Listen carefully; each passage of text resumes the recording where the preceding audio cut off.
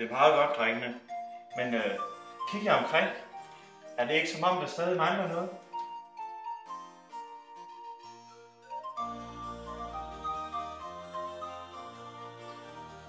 Det gør der sgu.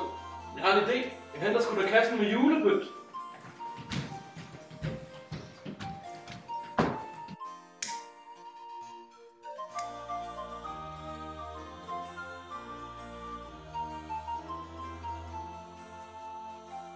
Sådan. Så fik vi tændt det første lys i vores adventskrans. Ja.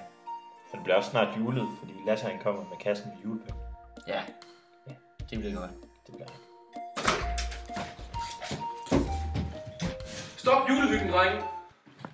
Hvad? Hvor er julepynten henne? Den er væk. Der var kun det her brev. Shit.